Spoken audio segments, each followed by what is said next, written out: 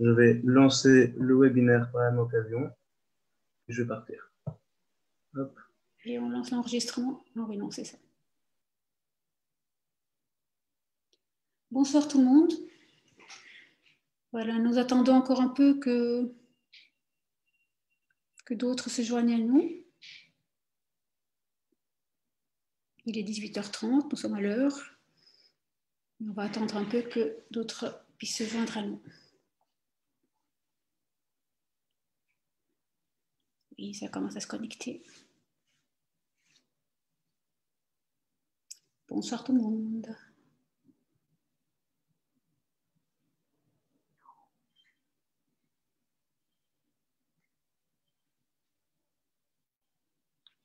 Donc, dans quelques minutes, on va commencer le webinaire.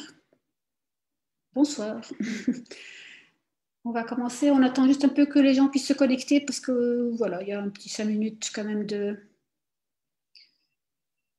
temps avant qu'on puisse. Et je vois qu'on a perdu Nada. Voilà, Nada.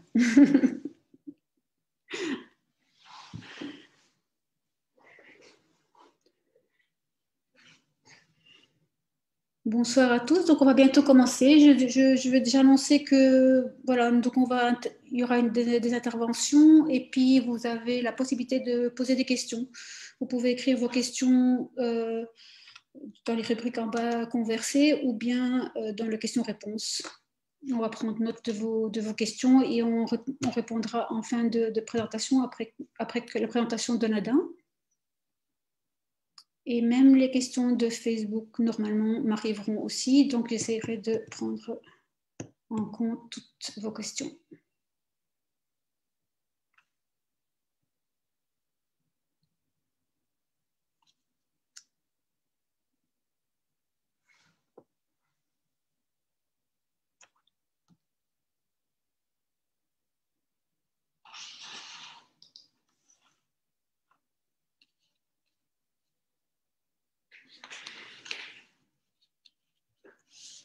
Bonsoir. C'est bien quand on fait des petits coucous dans la conversation, au moins on sait qu'on n'est pas seul. Bonsoir à vous tous. J'attends encore juste une petite minute.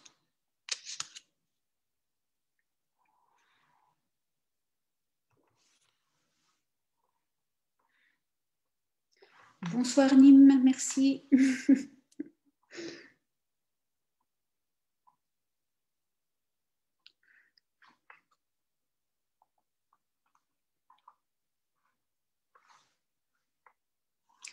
Donc voilà, ce soir, c'est la première, c'est le premier webinaire, enfin la deuxième phase de webinaire dans le cadre de notre campagne qui s'appelle This is Apartheid.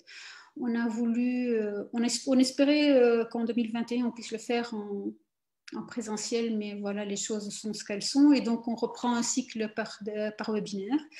Et ça nous permet aussi de pouvoir discuter avec des intervenantes qui viennent un peu de plus loin. Donc, merci à Nada de se joindre à nous pour ce premier webinaire. On a choisi de parler de Jérusalem-Est comme premier point parce que Jérusalem-Est est vraiment un condensé de ce que représente la politique israélienne en termes de ségrégation et d'apartheid. Et donc, je crois que grâce à Nada, on va pouvoir voir un peu plus clairement tout ce qui est mis en place. Je vais vous présenter Nada. Donc, Nada Awad est chargée de plaidoyer à l'Institut du Caire pour les études des droits humains.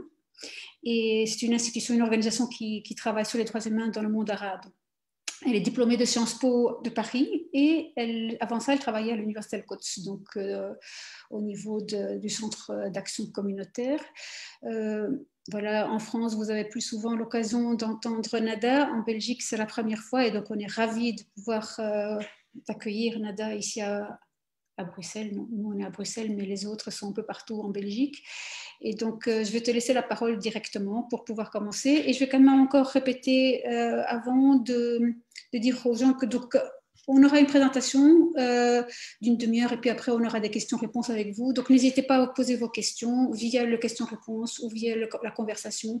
Ce sont les petits pictos qui sont en bas de l'écran. Voilà. Merci beaucoup, Nada. C'est à toi.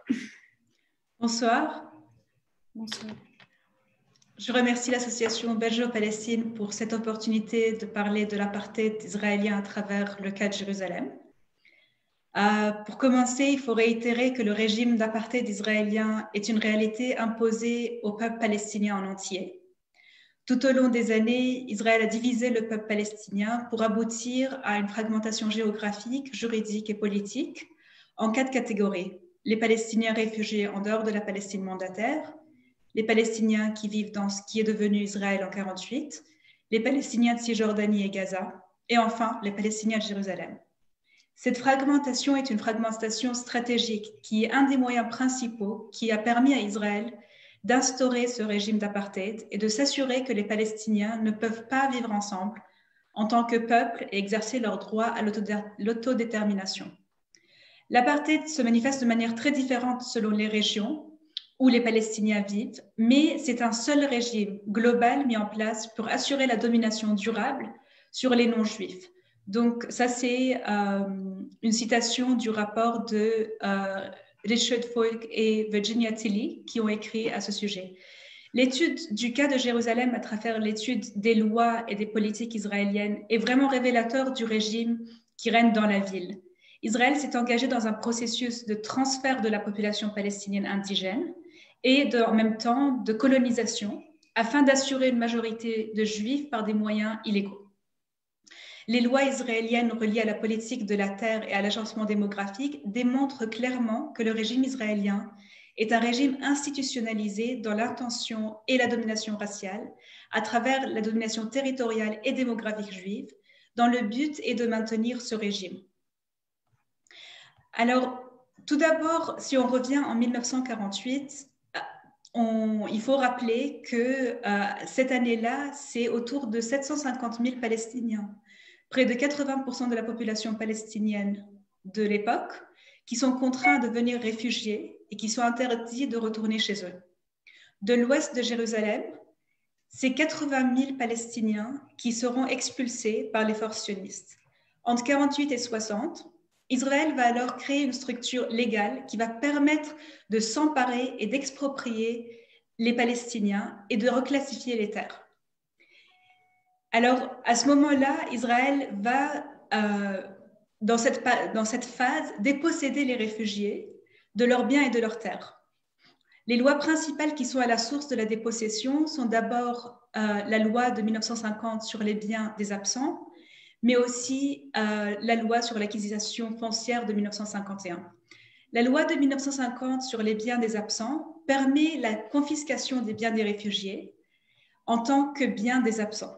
C'est comme ça que la loi l'appelle, qui vont être transférés aux curateurs de propriétaires absents, privant ainsi les Palestiniens de leurs droits sur leurs terres et leurs propriétés. 7 décennies après la catastrophe ou la Nakba, Israël continue de refuser aux réfugiés palestiniens le droit de retourner sur leurs terres et de retrouver leurs biens. Cette loi continue d'être utilisée aujourd'hui pour confisquer les biens des Palestiniens dans Jérusalem-Est. La loi fondamentale d'Israël, les terres d'Israël de 1960, stipule quant à elle que la terre détenue par Israël, par l'autorité de développement israélienne ou par le Fonds national juif, ne saurait être transférée d'aucune manière, sa gestion étant placée de manière permanente sous leur autorité. Donc ici, on voit que l'expulsion des Palestiniens et leur dépossession est à l'origine d'un renversement de la configuration spatiale et démographique. Après l'expropriation massive des terres des Palestiniens, Israël va mettre en place des lois et des politiques, cette fois de planification urbaine, qui vont permettre d'étendre et de consolider la présence juive israélienne dans le territoire en limitant au maximum la croissance de la population palestinienne. Donc, cette deuxième phase commence après 1967. Elle commence quand Israël occupe et annexe de manière illégale l'est de Jérusalem, qui était jusque-là sous l'autorité jordanienne. Suite à l'occupation et l'annexion, les autorités israéliennes annulent les plans de planification jordaniens. Le gouvernement israélien va ensuite mettre en place des commissions de planification afin d'adopter un plan directeur local pour Jérusalem. Bien sûr, ces commissions de planification vont adopter une politique démographique. C'est ce qu'on voit en 1972 lorsque le gouvernement israélien nomme la commission Gafni pour étudier la politique d'équilibre démographique à Jérusalem. La commission émet alors une recommandation de maintenir une majorité démographique de 70% de Juifs et de ne pas permettre aux Palestiniens de dépasser les 30% de la population de la ville. En 1973, le gouvernement adopte les recommandations de la commission. Entre 2004 et 2009, un nouveau plan directeur pour la ville de Jérusalem est discuté, le plan directeur 2020. Il va expliquer qu'il n'est pas possible d'atteindre les buts démographiques précités de 70-30 et va réviser le ratio à 60%, 40%. Il met alors en place des objectifs démographiques alternatifs car les premiers ne sont pas jugés atteignables. Si le plan directeur a des objectifs démographiques très clairs, en 2009, le ministre de l'Intérieur considère qu'il permet trop le développement des quartiers palestiniens et demande à ne pas déposer ce plan pour la revue publique, la dernière étape avant son adoption. Malgré le fait qu'il n'a pas été adopté, il est utilisé comme politique qui vise à limiter la construction palestinienne dans l'est de Jérusalem. En conséquence de cette politique de planification urbaine et des lois, on voit qu'à Jérusalem, il n'y a pas de plan directeur, mais des plans de quartier couvrant de petites régions de l'est de la ville. Il est permis aux Palestiniens de construire seulement sur 13% des terres de l'est de Jérusalem. Des zones qui sont déjà densément construites dès 1967 lors de l'occupation. Ce qui ne permet pas du tout l'expansion des quartiers palestiniens, mais limite la construction dans les quartiers déjà densément construits, ce qui mène à la densification de ces quartiers.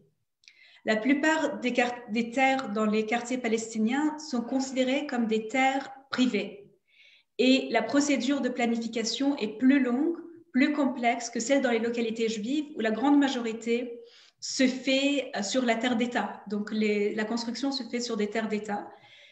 C'est pourquoi même quand il y a un plan qui est accepté pour cette zone, le développement de la construction dans les quartiers palestiniens est beaucoup plus complexe. De plus, le taux de construction permis aux Palestiniens varie entre 25 et 75%. Et il est autorisé de construire entre 2 et 3 étages. Mais dans le même est de Jérusalem, du côté des colonies, le taux de construction varie entre 140% et 200%, et il est permis de construire jusqu'à 8 étages. Pour l'ironie, Ehud Olmert aurait dit, quand il était Premier ministre, que le faible taux de construction provenait du fait que les Palestiniens préféraient vivre dans des ambiances de village. Alors, aujourd'hui et depuis des décennies, il existe une forte pénurie de logements chez les Palestiniens de Jérusalem. Pour s'adapter à la croissance naturelle dans les quartiers palestiniens, il faudrait construire 1500 unités de logements par an.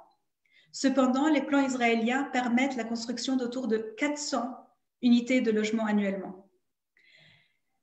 La procédure suivie pour faire une demande de permis de construire est aussi très compliquée, très longue et très coûteuse. Plus de $30 000 juste pour faire la demande de permis.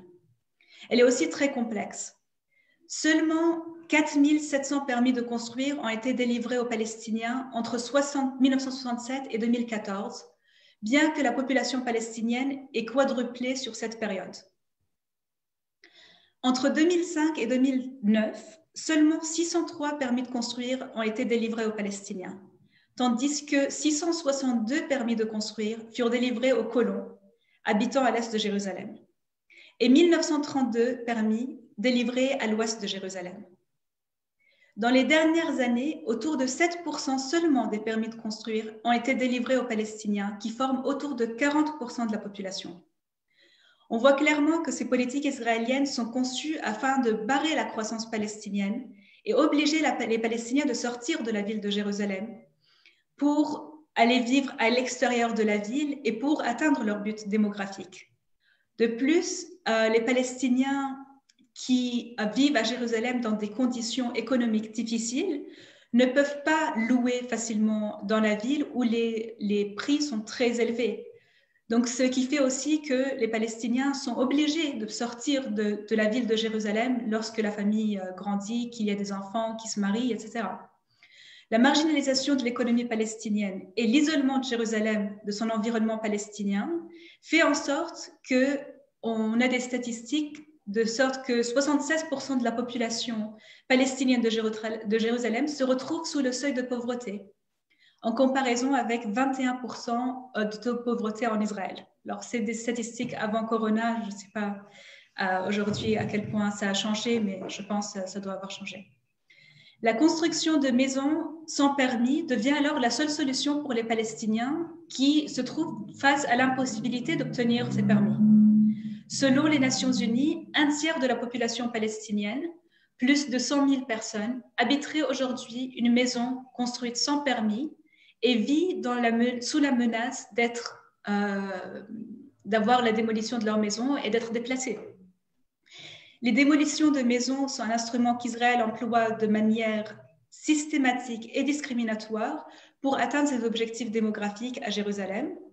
Et c'est une politique qui cible les Palestiniens parce que les statistiques montrent qu'il y a plus d'infractions à l'urbanisme dans Jérusalem-Ouest, c'est-à-dire 78% des infractions entre 2004 et 2008 ont été faites à l'ouest de Jérusalem, mais les ordres de démolition visent les Palestiniens à l'est où, malgré le fait que c'est 21% d'infractions, ils reçoivent 84% des ordres de démolition.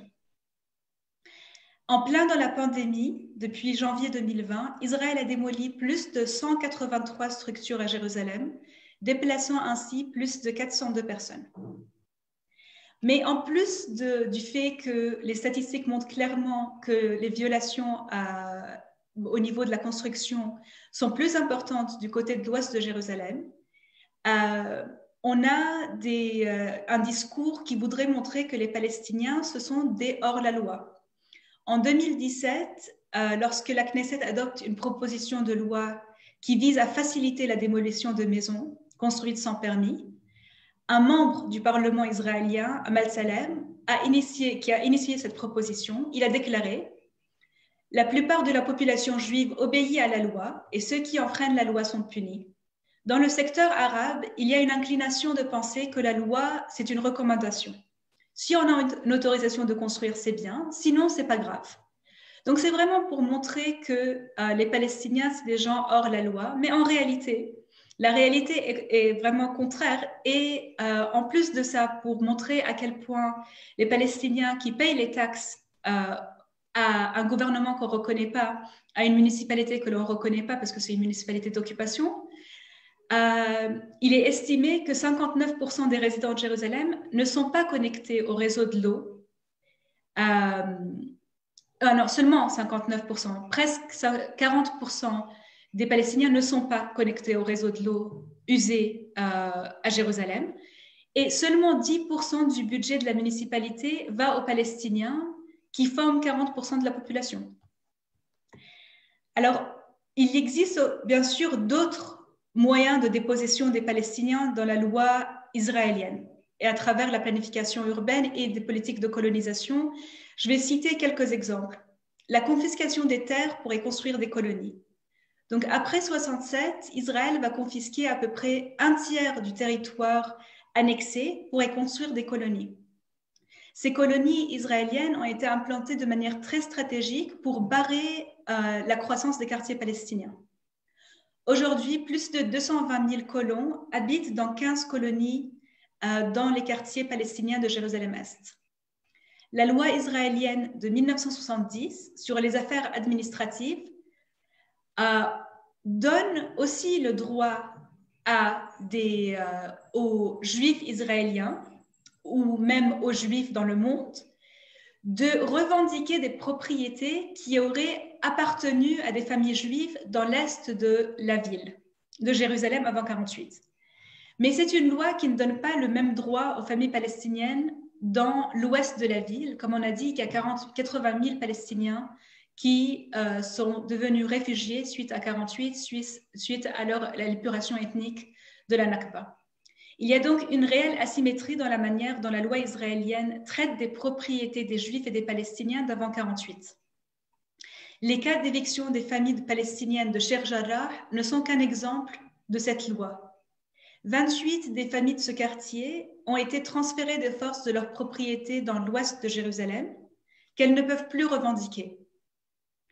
Cependant, selon la loi israélienne. Cependant, les organisations des colons ont le droit, selon cette loi israélienne, qui est une loi d'apartheid, de revendiquer l'expulsion des Palestiniens qui habitent depuis des dizaines d'années dans ces maisons et de recevoir des ordres d'expulsion de la part des cours israéliennes afin de construire des colonies à l'intérieur du quartier. Aujourd'hui, il y a 87 Palestiniens dont 28 enfants habitant une rue dans Sheikh Jarrah qui vivent avec le risque imminent d'éviction. Suite à des procès israéliens où la cour israélienne a donné des ordres d'expulsion à ces familles au profit d'organisations de colonisation. Mais il y a aussi des lois qui permettent à Israël de confisquer des terres sous la guise de l'intérêt public. Et ça, c'est une loi qui date du temps du mandat britannique et qui est toujours utilisée. Aussi, la confiscation des terres peut être faite sous la guise de développement de zones vertes. 22% des terres de Jérusalem-Est sont considérées des zones vertes. Mais ce ne sont pas des espaces qui ont un intérêt réel au niveau de la biodiversité, mais c'est un moyen pour les Israéliens de barrer la construction palestinienne et de limiter le développement urbain palestinien. Enfin, je vais mentionner le mur et le Grand Jérusalem. La construction du mur de séparation et d'annexion a permis au gouvernement israélien d'isoler physiquement la ville de Jérusalem du reste de la Cisjordanie. Le mur et les changements de frontières de Jérusalem qui sont envisagés par Israël pour aboutir au Grand Jérusalem, c'est-à-dire rajouter à Jérusalem, à la municipalité actuelle de Jérusalem, une zone autour de Jérusalem où habitent 65% des colons de Cisjordanie. Ce projet et avec le mur jouent donc un rôle majeur dans l'ingénierie démographique. Et ça permet à l'occupation de maintenir, par des moyens illégaux, une majorité démographique écrasante à Jérusalem.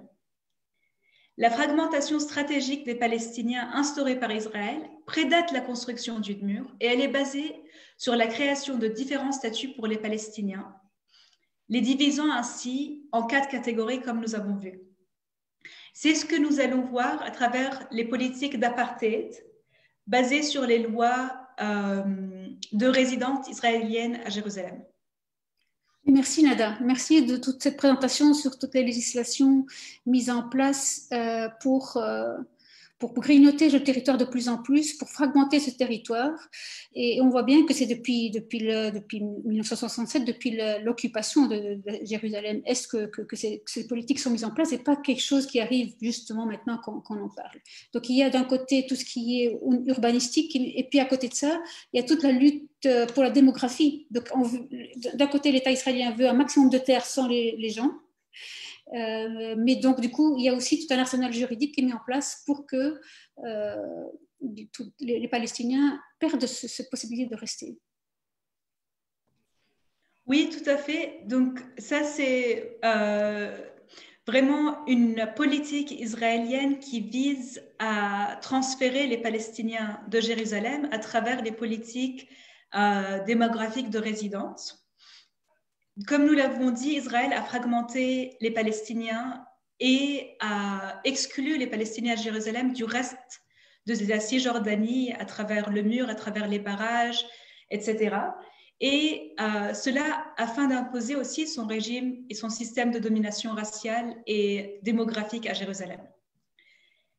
Les politiques et pratiques démographiques ont joué un rôle essentiel pour garantir que les Palestiniens de différentes régions ne puissent pas se rencontrer, se regrouper, vivre ensemble et partager la pratique de leur culture, donc en fait d'exercer leurs droits collectifs, en particulier le droit à l'autodétermination. Dans le discours israélien, les Palestiniens sont représentés comme une menace démographique qu'il faut à tout prix éliminer. Afin de maintenir une majorité juive écrasante à Jérusalem, outre la politique foncière, Israël met donc en place des politiques de transfert basées sur principalement la révocation du statut de résident des Palestiniens, mais aussi basée sur le fait qu'ils ne permettent pas la réunification familiale, c'est-à-dire si un Palestinien épouse quelqu'un en dehors de Jérusalem, de donner ce statut. Donc, pour revenir à ces lois, la loi du retour qui est votée en 1950, elle garantit à tous les Juifs le droit d'immigrer en Israël. Mais bien sûr, pour les Palestiniens devenus réfugiés en dehors de la Palestine mandataire ou déplacés internes à l'intérieur de la Palestine mandataire, ils n'ont pas le droit de retourner dans leur ville, dans leur village et dans leurs biens. Au contraire, Israël, depuis l'occupation et l'annexion, a mis en place une politique qui vise à transférer la population palestinienne de la ville de Jérusalem, là on parle spécifiquement. En 1967, Israël a créé le statut de résident permanent, c'est-à-dire que les Palestiniens qui sont des indigènes de Jérusalem sont traités comme une population immigrée, comme des immigrés, dans leur propre ville, où le statut qu'ils ont, le statut de résident, est un privilège révocable et non pas un droit inhérent. La loi donne au ministre israélien de l'Intérieur le pouvoir discrétionnaire de révoquer ce titre de résidence. Depuis, Israël a créé et étendu en permanence les critères qui permettent au ministre de révoquer la résidence des Palestiniens. Jusqu'en 1995, Israël révoquait la résidence des Palestiniens qui vivaient à l'étranger 7 ans ou plus, ou qui obtenaient la résidence permanente ou la citoyenneté d'un autre pays. En 1995, Israël introduit un nouveau critère pour la révocation des résidences des Palestiniens, celle du centre de vie. C'est un critère qui n'est pas défini et qui permet au ministre de l'Intérieur de révoquer la résidence de Palestiniens qui ne peuvent pas prouver que leur centre de vie est Jérusalem. Ce qui signifie qu'une personne qui n'a jamais quitté le pays et qui n'a pas d'autre document que la résidence peut se retrouver sans papier. Dès 1967, Israël a révoqué le statut de résident de plus de 14 500 Palestiniens. Mais suite à ce critère de centre de vie, depuis 1995, Israël a révoqué plus de 11 500 statuts de résident de Jérusalem, ce qui montre à quel point ça a été utilisé et ça a permis d'étendre la révocation. La révocation des statuts de résident est donc une méthode directe de transfert des Palestiniens de Jérusalem. Cependant, ce n'est pas la seule politique de transfert qui a été mise en place. Afin de limiter la présence palestinienne dans la ville, le Parlement israélien a promulgué un ordre temporaire en 2003 qui gèle le regroupement familial pour les Palestiniens de Jérusalem qui épousent des Palestiniens en dehors de Jérusalem. Donc, cet ordre qui était censé être temporaire a été renouvelé depuis 2003 jusqu'à aujourd'hui. Et donc, depuis 2003, afin de faire une demande de regroupement familial, l'homme doit avoir 35 ans ou plus, la femme 25 ans ou plus. Donc, si quelqu'un épouse une femme de Jérusalem épouse un homme de moins de 35 ans, ils ne peuvent pas faire cette demande de réunification familiale. En outre, les personnes et leurs familles ne doivent pas avoir de problèmes sécuritaires. Et bien sûr, c'est très largement défini. À la fin d'un très long processus, depuis 2003, si le ministère de l'Intérieur accepte le dossier, la personne qui vient d'en dehors de Jérusalem n'aura pas un statut de résident, mais un permis temporaire que la personne doit renouveler tous les ans. Entre 2000 et 2013, plus de 43% des demandes de regroupement familial ont été refusées par le gouvernement israélien.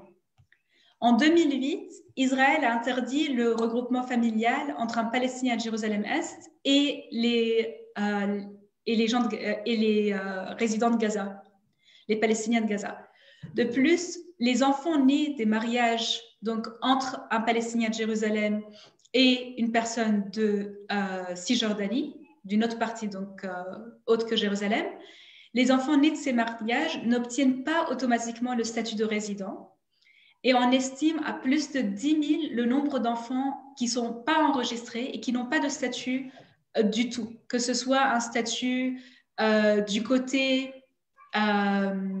palestinien ou israélien. Donc, c'est des enfants qui ne remplissent pas les critères imposés par le gouvernement israélien pour avoir un statut. Et donc, ils se retrouvent, c'est des enfants qui deviennent des adultes sans aucun statut palestinien ou israélien.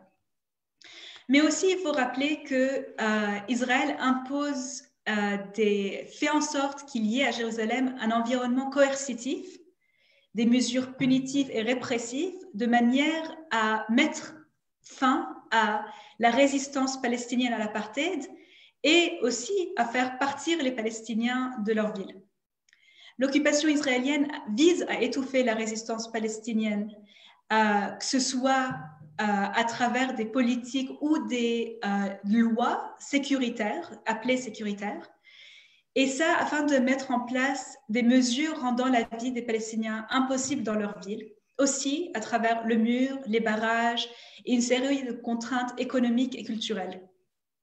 L'occupation suit plusieurs politiques, dont l'interdiction de rassemblement et de manifestation, l'emprisonnement politique dans les détentions administratives et les peines collectives à l'encontre de la société palestinienne. Juste pour prendre un exemple, en 2017, plus de 2000 prisonniers politiques palestiniens étaient de Jérusalem et 1138, c'était des enfants. En 2015, il y a eu aussi un amendement à la loi israélienne qui permet l'emprisonnement jusqu'à 20 ans pour lancement d'une pierre. En plus, il existe une politique qui est aussi dans la loi, qui est la démolition systématique et discriminatoire des maisons des Palestiniens sur la base punitive. Donc, afin aussi d'arrêter toutes sortes de résistances à l'occupation et à l'apartheid, Israël va mettre en place cette politique de peine collective à l'encontre des familles d'individus ayant commis ou étant suspectés d'avoir commis des attaques contre Israël. Malgré le fait que les peines collectives il est interdit au regard du droit international, Israël a détruit depuis 1967 en représailles des centaines de maisons palestiniennes dans le territoire occupé. Et ça, se basant sur la loi d'urgence britannique de 1945 qui a été intégrée dans la loi israélienne. À Jérusalem, il y a aussi des dizaines de cas de démolition punitive contre la population. Alors, juste pour revenir sur un point on a parlé de la révocation des résidences sur la base du centre de vie, donc les personnes palestiniennes ne peuvent pas prouver leur centre de vie à Jérusalem. Mais en 2018, le Parlement israélien a aussi mis en place un nouveau critère punitif qui est de permettre au ministre de l'Intérieur de révoquer la résidence des Palestiniens sur la base de manquement d'allégeance à l'occupation. Donc, bien sûr, selon le droit international, il est interdit de demander à un peuple occupé de jurer allégeance ou l'allégeance. Donc, dans ce cas-là, Israël a mis en place cette loi permettant de révoquer la résidence des Palestiniens sur cette base, qui est très vague. Donc, qu'est-ce que ça veut dire le manquement d'allégeance? C'est défini comme un acte terroriste, tel que défini dans la loi de contre-terrorisme de 2016, l'assistance ou l'incitation à un acte terroriste. Et donc, c'est une définition qui permet réellement de révoquer la résidence de n'importe quel Palestinien qui est suspecté d'avoir aidé à la résistance ou avoir fait une attaque que la loi appelle terroriste. Donc, il existe plus de 13 cas de révocation de résidence sur la base de manquement d'allégeance avant même que la loi ait été votée. Aujourd'hui, il y a plus de cas où le ministre a révoqué la résidence sur cette base. En plus de la révocation des résidences sur base de manquement d'allégeance, le Parlement israélien a voté aussi en 2018 un amendement de la loi qui s'appelle « Combattre le terrorisme », qui est une loi de 2016. Et elle permet à la police de détenir le corps des Palestiniens tués lors d'attaques présumées. Et se basant sur cette loi, par exemple, le corps d'un Palestinien de 15 ans, de Hassan Manasra, qui a été tué par balle par la police israélienne, a été détenu 8 mois dans des réfrigérateurs israéliens avant d'être rendu, après une souffrance et un combat des parents, pour être enterré. Aujourd'hui, il y a des dizaines de Palestiniens dont le corps est toujours détenu par la police, comme pour mettre la souffrance sur les Palestiniens et pour faire en sorte de mettre fin à la résistance palestinienne, que ce soit à Jérusalem ou en Palestine en général. Juste en conclusion, une leçon que nous avons vraiment appris de l'histoire des autres luttes, d'autres que celle de la Palestine, c'est que les systèmes d'oppression et de domination ne sont pas défaits par les groupes au pouvoir qui bénéficient de l'impunité pour les violations commises. On voit que jusqu'à aujourd'hui, il n'y a pas eu de compte rendu pour les violations depuis la Nakba, depuis 1948 jusqu'à aujourd'hui, qui ont été commises contre le peuple palestinien. La société civile a joué un rôle central dans la mobilisation contre l'apartheid en Afrique du Sud, par exemple. Et il est temps aujourd'hui pour la société civile et pour la communauté internationale de reconnaître et de répondre aux obligations juridiques qu'impose le droit international à la communauté internationale pour mettre fin à l'apartheid israélien. Merci Nada. C'est hyper dense comme information. Merci beaucoup pour toute cette présentation. J'essaye de voir un peu pour les questions qu'on nous a posées. Je vais te laisser voir un peu à ton aise quand même, parce que là, ça a été quand même important. En tout cas, une première question qui a été posée et qui nous est venue aussi à l'esprit, c'est la situation de Salah Hamouri pour le moment. Quand on parlait des révocations du permis de résidence, je crois que lui, il a aussi une épée de Damoclès au-dessus de la tête à cause de là-dessus. Est-ce que tu as des nouvelles? On peut parler un peu de ce cas particulier de Salah? Oui, alors le cas de Salah est un exemple vraiment de cette politique et de cette loi qui va être utilisée contre les Palestiniens de Jérusalem. Et bien sûr, dans un contexte qui est très vague. Donc Salah Hamouri est un avocat et c'est un défendeur des droits de l'homme qui travaille dans une organisation palestinienne, Ad-Damir. Et le ministre de l'Intérieur, lui, l'a informé il y a un an, en tout cas l'année dernière, je ne sais pas si ça fait un an, mais qu'il a l'intention de révoquer sa résidence pour manquement d'allégeance à l'État d'Israël. Et donc aujourd'hui, la situation est qu'on voit que cette loi est utilisée de plus en plus. Et c'est une loi qui est utilisée de plus en plus et contre des défenseurs des droits de l'homme, donc de manière encore plus large que pas seulement contre des hommes politiques, parce que les premiers cas, c'était des personnes qui étaient membres du Parlement palestinien, membres aussi du parti du Hamas. Et donc, au début, ça ciblait ces personnes-là. Mais après, ça s'est élargi. Et maintenant, n'importe quel Palestinien à Jérusalem, comme le cas de Salah le montre, risque en réalité cette révocation de résidence sur cette base. Aujourd'hui, le procès légal est en cours. Salah est représenté par une avocate et par un centre qui s'est opposé à cette décision. Et ça peut prendre des années, comme ça peut être demain que le ministre de l'Intérieur décide que sa résidence a été révoquée et qu'à ce moment-là, Salah pourrait être déporté. Et merci Nada. Donc Nicole aussi Ziani demande si elle te remercie pour cette présentation très riche et très dense, et elle demande si où on peut trouver ces lois et ces chiffres que tu as cités dans ton intervention.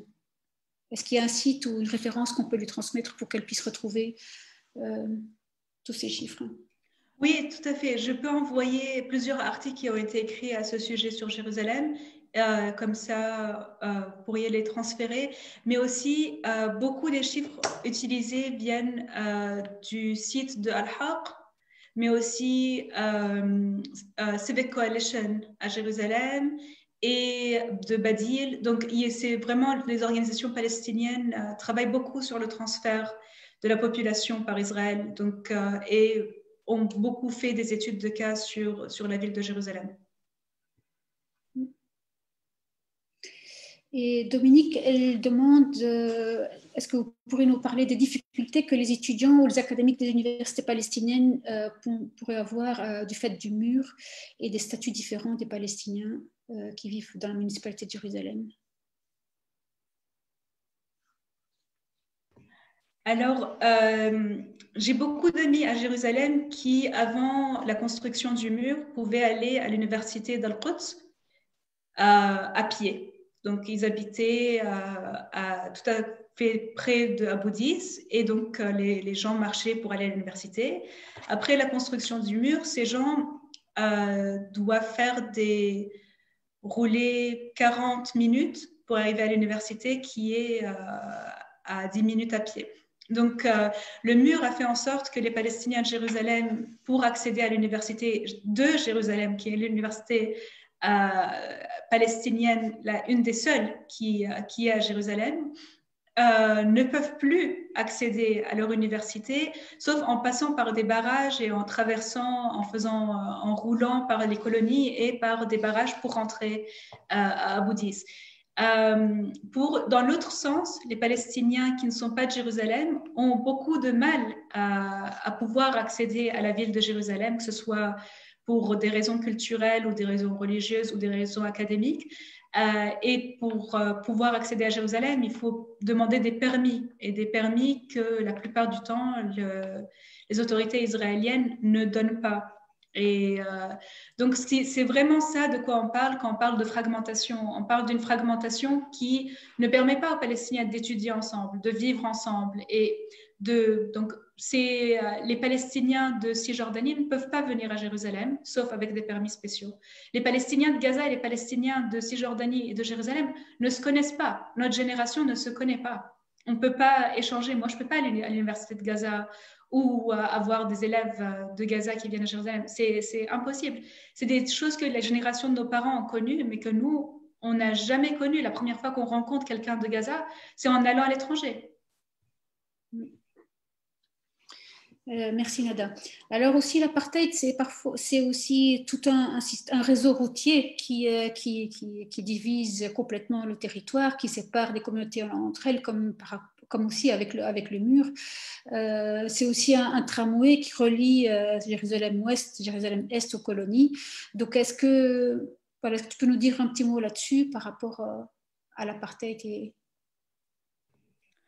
Oui, alors les réseaux routiers sont un des moyens les plus importants pour connecter les colonies à la ville de Jérusalem. Donc toutes les colonies dont on parlait là, les colons qui habitent surtout en Cisjordanie autour de Jérusalem, pour former ce grand Jérusalem dont rêve le gouvernement israélien, qui rajouterait les colonies qui entourent Jérusalem.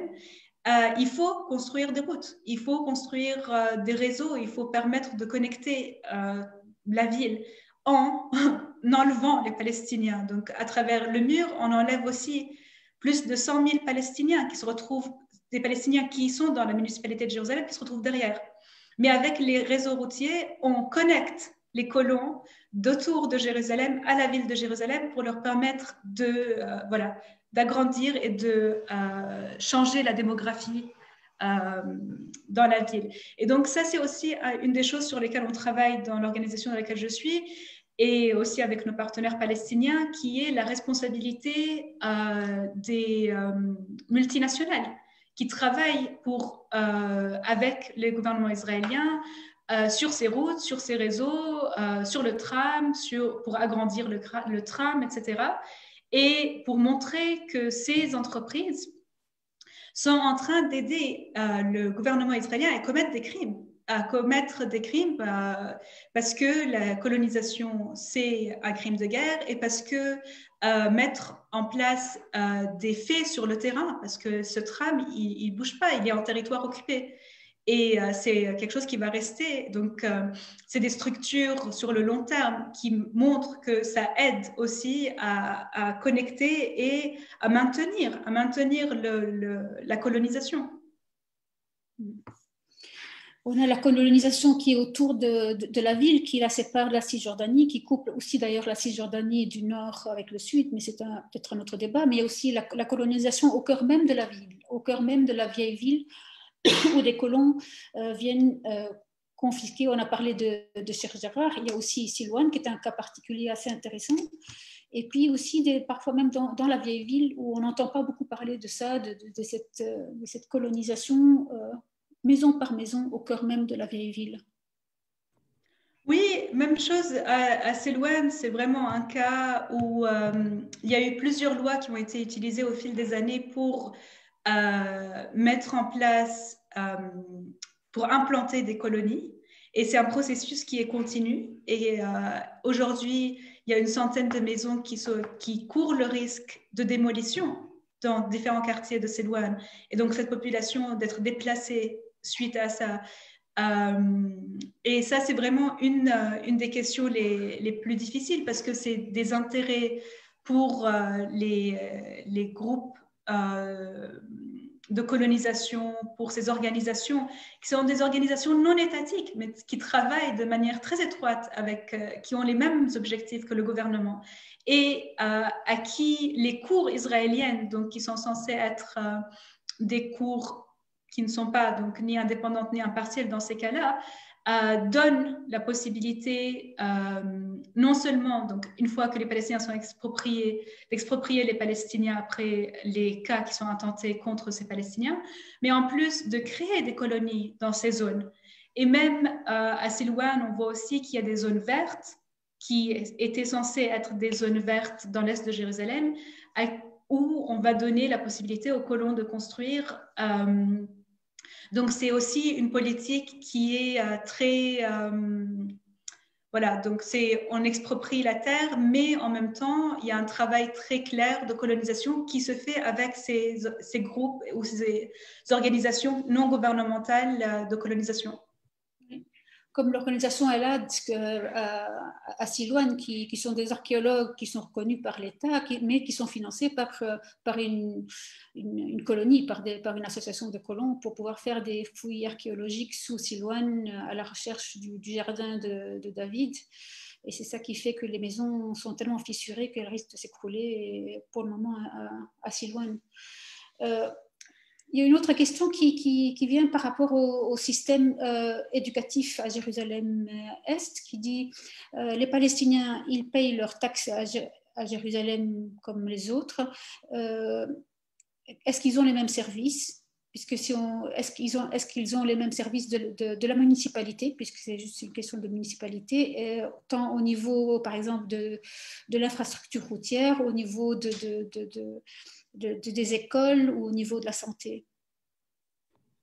Alors, il n'y a pas du tout le même système. Dans les quartiers palestiniens, il y a de plus en plus de travail sur l'infrastructure, mais ça reste de très loin. C'est pas comparable au niveau d'infrastructure qui se trouve du côté israélien. Que ce soit au niveau des trottoirs ou au niveau des parkings ou au niveau... Donc, ce qu'on voit, c'est que du côté palestinien, tout ce qui est construit, c'est vraiment des constructions, des infrastructures qui ne sont pas dans l'intérêt de la population. Ce qu'on voit aussi, c'est que comme si on voyage un peu, si on marche, si on roule dans les quartiers palestiniens, ce qu'on va voir, c'est que c'est très densément construit. Et cette densité ne permet pas d'avoir une ville normale où on peut se garer, etc. Donc, on va se garer n'importe comment parce qu'il n'y a pas de planification ou d'infrastructure faite pour que les gens puissent vivre normalement. Tandis que ce qu'on voit dans les quartiers de l'ouest de Jérusalem ou dans les colonies, on va voir qu'il y a un système très clair, très net, où les maisons sont bien construites, assez éloignées, où il y a des trottoirs, où il y a des places pour se garer. Mais le discours israélien va être, voilà, les Palestiniens, ils se garent n'importe comment, voilà les Palestiniens. Mais voilà, les raisons derrière tout ça, c'est que il n'y a plus d'espace et les Palestiniens sont obligés de construire de manière très dense, là où on a le droit de construire, sur ces 13% de Jérusalem qui étaient déjà construites en 67, et on ne nous permet pas de construire, de s'étendre. Donc, si c'est comme ça, c'est à ça que ressemble la ville. Donc, déjà, à la base, le droit au logement, c'est pas un droit qui est donné aux Palestiniens comme il est donné aux Israéliens, mais en plus de ça, on a beaucoup de difficultés avec les infrastructures. On est très mal connecté au niveau du réseau de transport. Et surtout pour les Palestiniens, ça, ce n'est pas des transports qui vont être faits par les Israéliens. On est très mal connecté avec les autres villes. Et ça, c'est quelque chose, c'est des transports qui sont très compliqués. Voilà, il y a quelques bus qui vont dans quelques autres villes, mais nous, les Palestiniens, on est vraiment fragmentés de ce point de vue-là parce que à cause des barrages, à cause des différents problèmes pour circuler, le mur, etc. Au niveau des écoles, il y a aussi, c'est un grand problème à Jérusalem, c'est que les écoles de la municipalité sont des écoles qui vont enseigner des manuels scolaires israéliens avec une histoire israélienne, avec voilà, un narratif israélien que les Palestiniens ne veulent pas enseigner à leurs enfants. Donc, les Palestiniens se battent pour maintenir un système éducatif palestinien à Jérusalem qui est de plus en plus difficile de maintenir. Et donc, c'est aussi un grand problème. Les Israéliens font de plus en plus en sorte qu'il y ait des incentives pour que les Palestiniens aillent dans le système scolaire de la municipalité de Jérusalem. Mais les autres écoles, il y a les écoles de l'autorité palestinienne qui existent à Jérusalem, qui ont de gros problèmes aussi sur beaucoup de niveaux, et surtout les profs qui ne peuvent pas venir dans Jérusalem parce que c'est des profs qui, la plupart, donc des profs ont des statuts de Palestiniens, donc des passeports palestiniens, des cartes d'identité palestiniennes, qui ne peuvent pas rentrer dans la ville. Donc, il y a toutes ces problématiques aussi autour de l'éducation à Jérusalem. La blague qu'on avait quand on était avec des missions civiles ou des délégations à Jérusalem, c'est de dire, en fait, on n'a pas besoin de regarder parfois par la fenêtre, juste avec les vibrations du bus, on sait si on est sur une route dans un quartier palestinien ou bien sur une colonie. Donc, en général, dès que ça vibre, qu'il y a des trous et tout, ça veut dire qu'on est du côté palestinien. Et dès que la route est fluide, du coup, on a une colonie qui s'approche.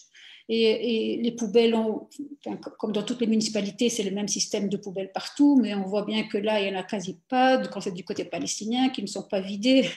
Et du coup, ça veut donner l'impression que du côté palestinien, c'est sale parce que voilà, les routes sont cassées et tout. En fait, il y a quelque chose d'un peu inconscient qu'on pourrait penser parce que tout est déglingué de ce côté-là, alors que c'est le rôle de la municipalité. Et d'ailleurs, même si les Palestiniens souhaiteraient réasphalter la route, ils n'auraient pas l'autorisation de le faire. Donc, c'est tous des systèmes qui font que du mal vivre au quotidien avec les services venant de la municipalité.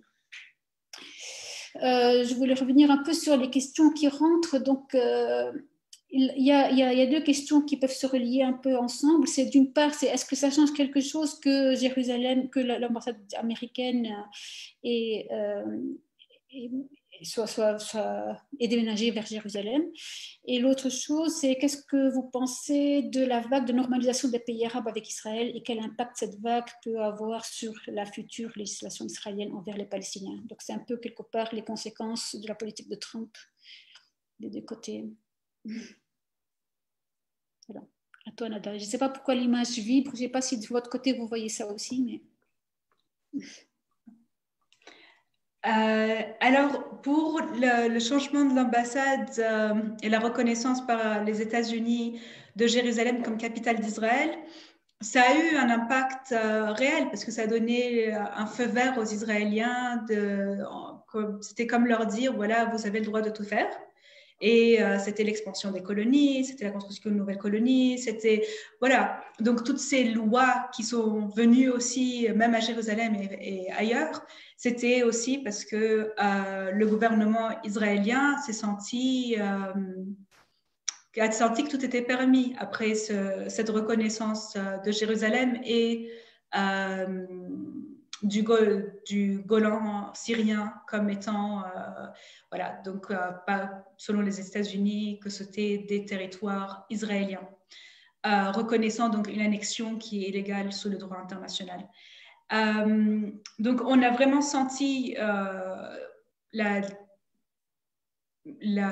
fait qu'il y a eu de plus en plus de violations parce que sous, par exemple, Obama, il y a eu quand même des limitations américaines sur la colonisation, etc., même si la politique n'a pas changé radicalement, même sous l'administration Obama.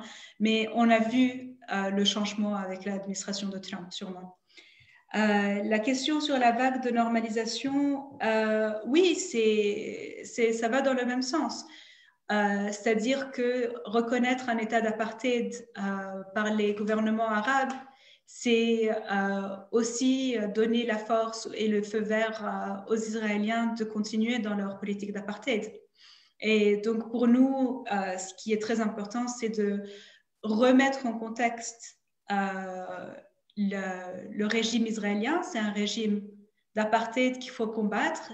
Et c'est pour ça que la campagne est très importante parce que même s'il y a la normalisation, il y a des devoirs juridiques, il y a le droit international qui interdit la reconnaissance du régime d'apartheid et qui oblige les États à prendre des actions et des mesures effectives pour mettre fin à ce régime.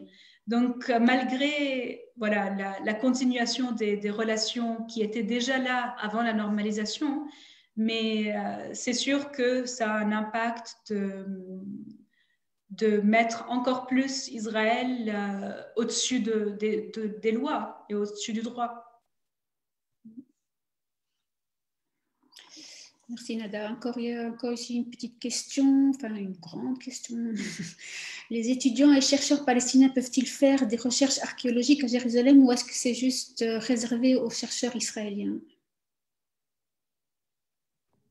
Alors, je ne suis pas sûre pour les recherches archéologiques. Alors, que ce soit une recherche palestinienne à Jérusalem, c'est sûr que ce n'est pas possible, même dans les zones C, même que ce soit des archéologues palestiniens qui travaillent donc au nom d'une entité palestinienne, c'est sûr que ce n'est pas possible.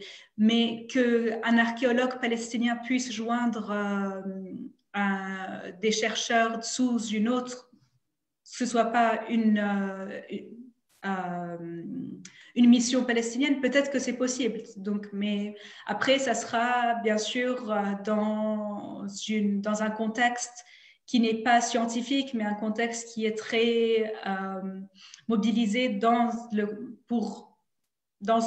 contexte d'une histoire israélienne, d'un narratif israélien. Donc, je ne sais pas s'il y a beaucoup de Palestiniens qui voudraient travailler dans des missions comme ça. Est-ce qu'il y a une... Là, on parle des réfugiés palestiniens de Jérusalem-Ouest qui ont été expulsés lors de la création de l'État d'Israël. Est-ce que les Palestiniens de Jérusalem-Ouest se sont tous retrouvés à Jérusalem-Est ou bien est-ce qu'il y a eu une campagne de retour vers Jérusalem-Ouest plus spécifique comparé au reste des demandes par rapport aux réfugiés? Alors, ma famille des deux côtés, ma famille du côté de mon père et de ma mère, les deux familles sont réfugiées de l'ouest de Jérusalem. Et les deux familles ont perdu complètement tout à l'ouest de Jérusalem. Mais pas toutes les familles ont pu revenir à Jérusalem-Est. Donc, à l'époque, bien sûr, c'était sous la Jordanie. Donc, c'était facile de circuler à l'intérieur de la Cisjordanie. Mais il y a beaucoup de gens qui sont partis, qui sont sortis du pays quand ils sont devenus réfugiés. Il y en a qui sont en Jordanie, il y en a qui sont en Cisjordanie, donc qui habitent et qui n'ont pas le droit même de visiter Jérusalem, d'aller à Jérusalem sans permis spéciaux, encore une fois. Voilà. Mais pour les Palestiniens, ils n'ont pas le droit, dans la loi, de réclamer leurs biens, desquels donc, ils ont été dépossédés de ces biens et de leurs terres, et on n'a aucun moyen juridique de les réclamer. Tandis qu'on a vu à Silwan, par exemple, c'est la loi israélienne permet, à Sheikh Jarrah, la loi israélienne permet aux Juifs qui auraient un moyen de prouver qu'ils avaient des propriétés dans l'est de Jérusalem, d'intenter des procès, etc., pour récupérer leurs biens de l'est de Jérusalem. Donc ça, c'est possible. Et bien sûr, c'est même pas les personnes mêmes qui seraient parties de ces biens, de ces terres, mais même ce qu'on a vu, c'est les organisations sionistes, les organisations de colonisation qui réclament au nom de ces, soi-disant au nom de ces personnes. Et donc, l'une des choses aussi qu'on voit, c'était la demande par rapport à la situation de Jérusalem, où est-ce que les Palestiniens de Jérusalem ont le droit de voter au niveau du Parlement de la Knesset, ou est-ce que c'est juste pour la municipalité, ou est-ce qu'ils peuvent aussi voter pour l'autorité palestinienne s'ils n'arrivent pas à voter pour Israël? Alors, les Palestiniens de Jérusalem refusent de reconnaître l'autorité de la municipalité israélienne sur Jérusalem-Est. Donc, pour nous, on est palestiniens et on ne devrait pas être sous occupation israélienne et sous administration israélienne.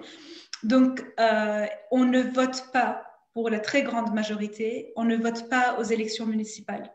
Il y a eu beaucoup d'arguments qui disaient « mais si vous votez, vous pourriez changer les choses, etc. » C'est un argument qu'on trouve faux, parce qu'on voit très bien que malgré le fait que les Palestiniens de 1948 peuvent voter pour le Parlement israélien, peuvent être élus pour le Parlement israélien, peuvent donc faire partie de la législation, ils n'ont pas pu arrêter la loi de 2018 qui est l'État-nation du peuple juif, donc la loi fondamentale. Donc, ce qu'on voit, c'est que ce n'est pas possible à travers les élections de changer les choses, parce que l'État d'Israël, c'est un État depuis 1948 et depuis son établissement, c'est un État qui a mis en place les lois et les pratiques d'apartheid qui ne permettent pas aux Palestiniens de se mobiliser contre, que ce soit à travers le vote, à travers la résistance ou à travers n'importe quel autre moyen. Et ils n'ont pas le droit d'avoir une représentation politique comme l'autorité, enfin l'OLP, ou une représentation politique sérieuse à Jérusalem, du côté palestinien, je veux dire. Mais selon Oslo, les Palestiniens de Jérusalem ont le droit de voter aux élections municipales, etc., aux élections de parlement palestinien. Ouais. Mais en réalité, je ne sais pas si ça va être possible cette fois, s'il y a des élections palestiniennes, que les Palestiniens de Jérusalem puissent voter. Ça, c'est aussi des points toujours de tension. Et par exemple, moi, je n'ai jamais voté de ma vie, mais parce qu'aux dernières élections, je n'avais pas l'âge légal de voter en 2006,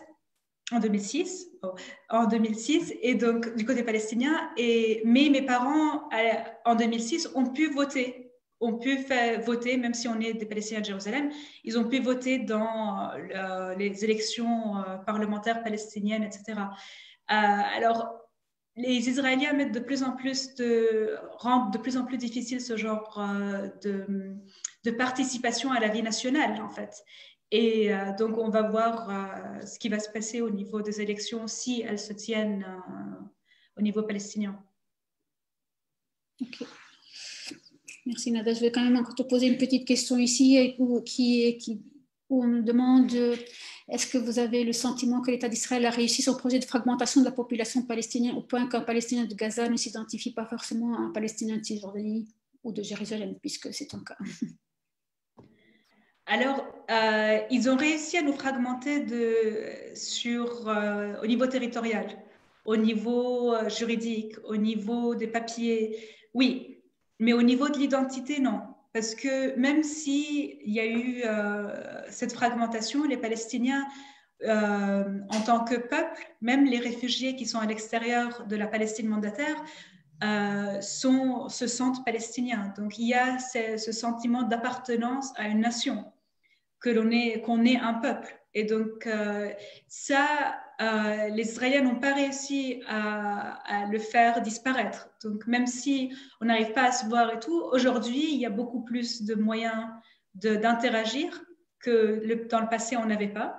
Les Palestiniens ont la possibilité d'utiliser tout ce qui est réseaux sociaux, tout ce qui est technologie, pour pouvoir aussi débattre et discuter. Et ça permet aussi de faire avancer les choses et de penser le futur ensemble, même si la fragmentation territoriale est réelle. Et encore une autre petite question par rapport à la CPI. Donc, au début du mois, donc, il y avait la CPI qui a annoncé qu'elle pouvait enquêter sur les crimes commis en territoire occupé. Est-ce que toutes les violations de droits que tu as citées aujourd'hui, elles pourraient faire partie d'une plainte qui serait retenue à la CPI? Qu'est-ce que tu penses de ce qui a été dit dernièrement sur la CPI? Oui, alors, lorsqu'il y a une enquête par la Cour pénale internationale, les crimes que la Cour peut entendre, c'est inclut bien sûr le transfert forcé. Le transfert, c'est un crime de guerre et selon le statut de Rome aussi, un crime contre l'humanité quand c'est commis d'une manière systématique et généralisée. Donc ici, le cas de Jérusalem, c'est un cas très important que la société civile palestinienne a beaucoup travaillé, aussi la colonisation, bien sûr, le déplacement de population dans le territoire occupé, c'est un crime de guerre. Donc tous ces crimes dont on a parlé dans le cas de Jérusalem, c'est des crimes qui peuvent être de la compétence de la Cour, qui sont de la compétence de la Cour, et où la société civile a beaucoup travaillé avec les victimes et a fait des dossiers déjà sur ces cas-là pour que la Cour en traite. Mais après, la Cour peut aussi est aussi compétente sur l'apartheid, mais est-ce que la Cour va aussi prendre en compte les crimes contre l'humanité tels que l'apartheid qui sont inclus aussi dans le statut de Rome? Ça, c'est un travail que la société civile doit aussi maintenir et continuer pour s'assurer que ces crimes soient aussi pris en compte. Le problème avec la Cour, c'est que sa compétence commence en 2014 et que les Palestiniens, ça fait depuis 1948 où il y a des violations, des crimes qui sont commis, que ce soit des crimes de guerre ou des crimes contre l'humanité. Et pour ça, contre tout le peuple palestinien, pas seulement en Cisjordanie, à Gaza et à l'est de Jérusalem, mais aussi contre les Palestiniens de 1948. Donc, c'est quelque chose, la Cour pourra jouer un rôle très important et doit jouer un rôle très important, mais ce n'est pas suffisant parce que l'impunité d'Israël dure depuis 1948 et ces crimes-là n'ont jamais été jugés. Oui, on a beaucoup d'espoir avec la CPI, même si c'est des processus qui prennent beaucoup de temps entre le premier moment où une plainte a été déposée et chaque fois on se dit les pressions sont tellement fortes que ils feront marche arrière. Et puis heureusement, le processus a quand même continué et pour en arriver à ce qu'une plainte soit possible, en tout cas une investigation soit possible. Donc on est quand même agréablement surpris, ou en tout cas c'est une nouvelle assez encourageante et au niveau de nos États ici en Europe, il faut qu'on puisse aussi soutenir cette Cour pénale internationale pour qu'elle puisse résister à toutes les pressions qui sont faites contre elle, tant par Israël mais aussi par les États-Unis. J'ai encore juste une petite question. Je ne sais pas si tu as encore le courage, Nada. Il y a juste ici, c'est Eric qui pose la question par rapport aux élections, justement ce qu'on disait tout à l'heure. Netanyahou flirte actuellement avec certains maires palestiniens d'Israël, notamment à Nazareth, en vue d'un accord électoral. Qu'est-ce qui motive ces maires? Question difficile. Oui, réellement, je ne sais pas c'est quoi les intérêts politiques pour des Palestiniens d'être maintenus, mais vraiment, moi, je ne saurais pas vous dire c'est quoi les intérêts réels qui perçoit à s'allier et s'unir avec Netanyahou, mais en fin de compte, que ce soit Netanyahou ou quelqu'un d'autre, afin de faire partie du système politique, il faut aussi interagir avec les acteurs israéliens. Et ça, c'est vraiment le problème quand on dit, voilà, Netanyahou, c'est l'extrême droite. Non, tous les gouvernements, que ce soit la gauche, la droite, le centre, sont coupables de crimes et sont coupables de politiques, que ce soit de transfert, que ce soit de colonisation, etc. Et donc, voilà, c'est vraiment très difficile de se dire que le problème, c'est que c'est Netanyahou. Le problème, c'est que ouais, c'est un système, c'est un régime qui est institutionnalisé, qui date d'avant Netanyahou et qui continuera même si ce n'est pas Netanyahou qui est en place. Et donc, c'est pour ça que ce qui est important, voilà, c'est mettre fin au régime en tant que régime. Merci beaucoup Nada pour toutes ces réponses, pour ton exposé qui était vraiment très très éclairant. Voilà, je te remercie au nom de l'association et je voulais aussi vous dire que je ne sais pas si j'ai pu prendre toutes les questions, je crois que oui, mais si j'en ai oublié, vous pouvez toujours nous les envoyer par mail à l'adresse info@abp-wb.be. On essayera de mettre à votre disposition aussi tous les documents d'information possibles via le site ou via la page Facebook. Et je vous donne aussi rendez-vous bientôt. Donc, normalement, c'est le mercredi 3 mars où on aura un autre webinaire sur l'apartheid, sur la plongée au cœur de l'apartheid. Et cette fois-ci, ce sera sur le droit à la santé. Et donc, ce sera une question d'actualité par rapport au Covid, par rapport à la vaccination, mais aussi tout le système. Ça n'a pas commencé à ce moment-là, bien entendu. Donc, je vous remercie tous d'avoir été présents. Merci beaucoup, Nada, et à très bientôt. Merci à vous. Au revoir. Au revoir.